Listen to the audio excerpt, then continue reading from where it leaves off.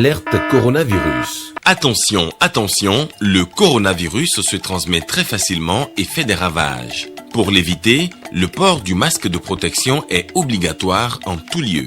Dans l'administration publique ou privée, dans les réunions, les rencontres, dans les marchés, les magasins, les boutiques et lors des déplacements, le port du masque est obligatoire. Même dans les lieux privés, dès lors que l'on n'est pas seul, le masque doit être le fidèle compagnon. Mais attention, le port de masque de protection ne dispense nullement d'appliquer les autres mesures de prévention, notamment le lavage des mains à l'eau et au savon et l'observance de la distance de sécurité sanitaire d'au moins 1 mètre entre personnes. Enfin, s'abstenir de porter des gants en vue du lavage régulier des mains à l'eau et au savon ou de l'application de gel hydroalcoolique. Pour tout savoir sur l'épidémie du coronavirus au Bénin, rendez-vous sur le site web www.gouv.bj/coronavirus. Ceci est un message du gouvernement de la République du Bénin. Bonsoir et bienvenue à cette édition des régions. Aujourd'hui 12 août, journée internationale de la jeunesse.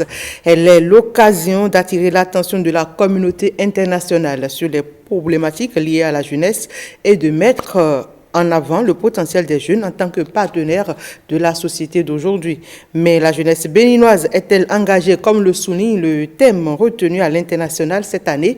Élément de réponse dans cet élément signé Marcel Arrossi.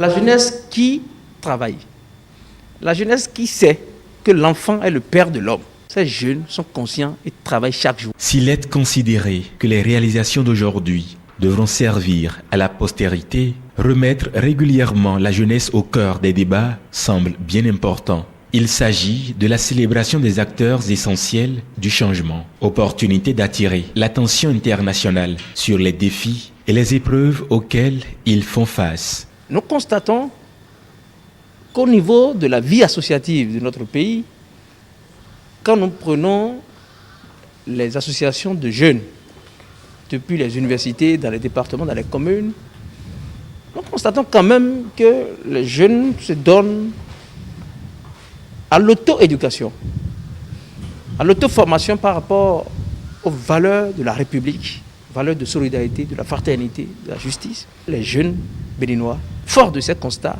sont une fierté. La jeunesse, elle est riche des aspirations propres à ce moment de l'existence. Mais aujourd'hui encore, des conditions de vie précaires tendent à gâcher ce potentiel et cette énergie. Selon les derniers renseignements de l'Institut national de la statistique et de l'analyse économique, INSAE, la population béninoise est composée à majorité de jeunes, ce qui, suivant les experts en la matière, est un grand atout pour le développement du pays. Mais cette jeunesse est-elle réellement mise à contribution pour ce développement? Les jeunes s'engagent, les jeunes sont volontaires, les jeunes sont bénévoles, les jeunes sont spontanés. Et donc, ils restent à continuer à reconnaître leurs efforts et à le booster pour plus d'éclat, pour plus de positionnement, pour plus de responsabilisation de la jeunesse. On ne peut pas ne pas à chaque fois attirer l'attention des gouvernants et du monde entier sur l'importance de la jeunesse. Les jeunes constituent incontestablement un groupe d'âge décisif. Leur participation à la vie sociale ne saurait être reléguée à un avenir incertain. Les actions menées pour les jeunes devraient avoir pour objectif leur autonomisation afin d'assurer leur pleine participation à la vie sociale en tant que partenaires utiles et à part entière. Une délégation de l'Union progressiste s'est rendue mardi dernier à Woria dans la commune de Tchaourou.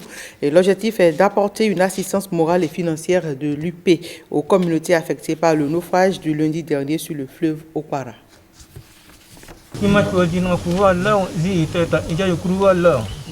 Prière musulmane pour le repos éternel des 6 personnes décédées dans le drame sur le fleuve Okwara. Remise des enveloppes financières aux familles affectées et à l'héroïne Sakina Haruna, puis visite du fleuve.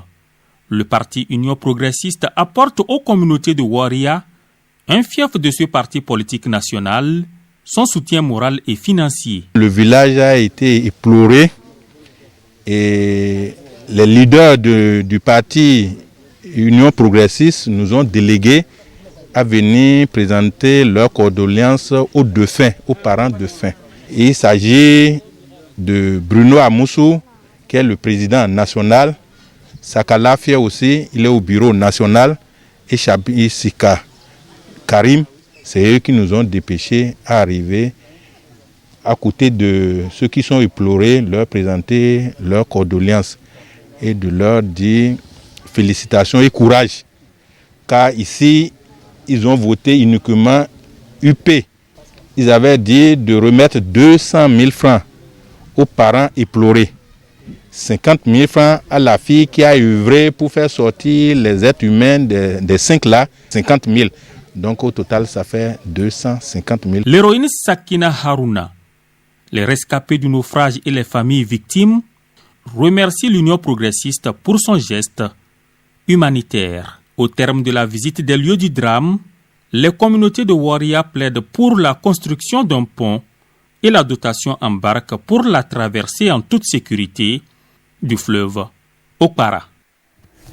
Parlons anglais un instant avec Daily Practice Folden. C'est un guide d'apprentissage d'anglais écrit par Christian Amoussou.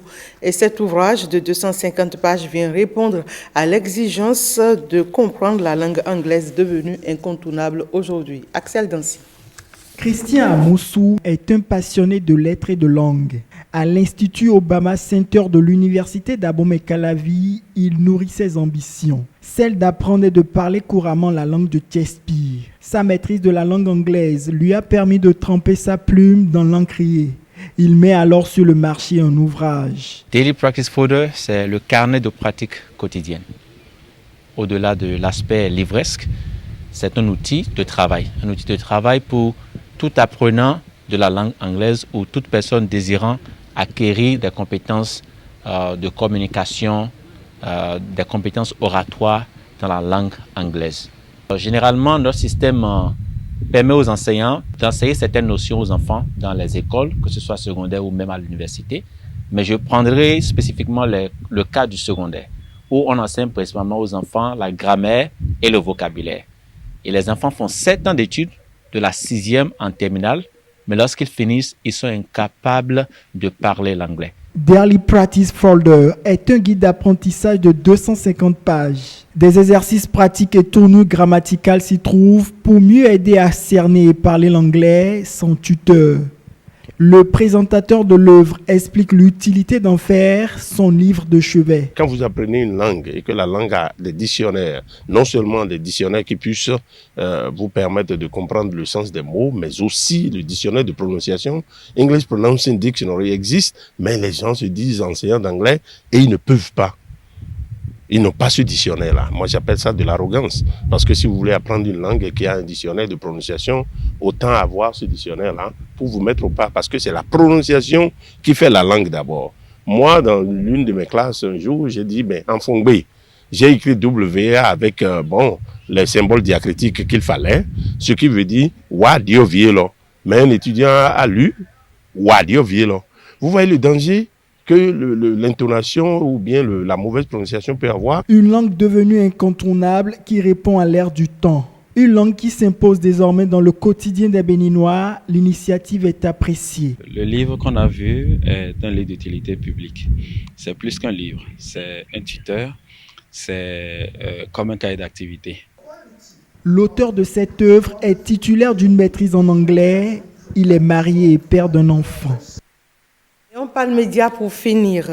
L'application du code du numérique dans certaines de ces dispositions ne permet pas aux professionnels des médias d'exercer leur métier en toute sérénité. Et pour inverser la tendance, la relecture de ce texte de loi s'impose. À l'avant-garde de cette initiative, l'UPMB entendait l'Union des professionnels des médias du Bénin. La structure vient de réunir à Parakou les acteurs de la profession ainsi que des sachants du droit autour d'un atelier d'experts. À l'issue de l'atelier, il sera élaboré un document de plaidoyer pour la relecture du code du numérique. La pratique même du métier est mise en difficulté avec le code du numérique. Face à cette réalité, la fêtière des professionnels des médias du Bénin s'est vue interpellée. Le présent atelier d'experts sur le code du numérique est donc initié pour passer en revue les dispositions du code qui gênent. L'objectif général de l'atelier de plaidoyer qui nous réunit, c'est de faire une relecture critique de la loi portant code du numérique en République du Bénin en vue de proposer des amendements au pouvoir législatif et exécutif.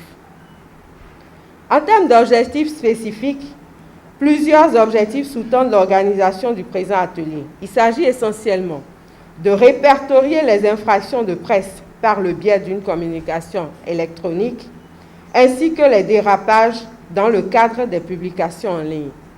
Relever les violations des droits des professionnels des médias, ainsi que toute situation relevant de la violation de leurs droits dans l'exercice de leurs fonctions.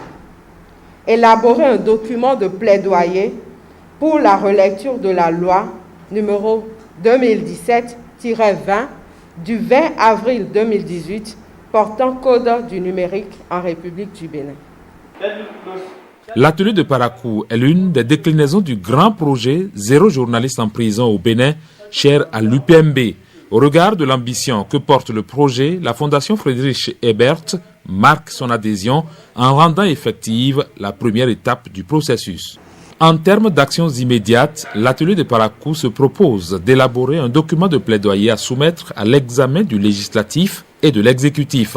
Des communications sont également prévues et auront pour finalité de faire la lumière sur tout ce qui entrave l'exercice de la profession de journaliste au Bénin en lien avec l'application du code du numérique.